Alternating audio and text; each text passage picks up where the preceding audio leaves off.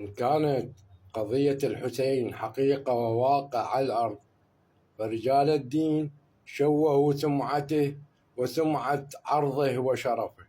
نطالب من القضاء العراقي إجراء اللازم بحق جميع رجال الدين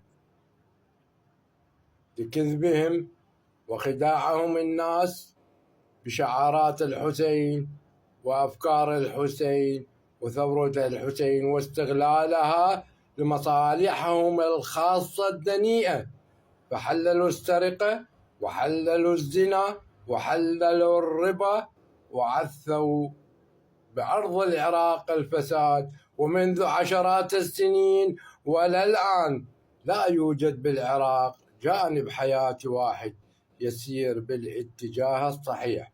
فيا القضاء العراقي، وإن كان الحسين وقصته وموقعة كربلاء خدعة وكذبة، نطالب بمحاكمة جميع رجال الدين وفق المادة 56 نصب واحتيال لخداعهم الناس وكذبهم على الناس بقصة الحسين وموقعة كربلاء.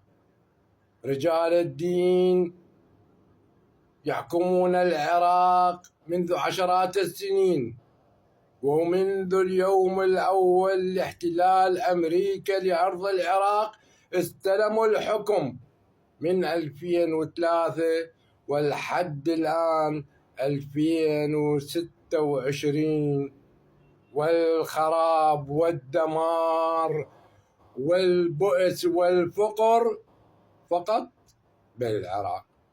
فيا القضاء العراقي، الحكومات ترحل والشعب باقي.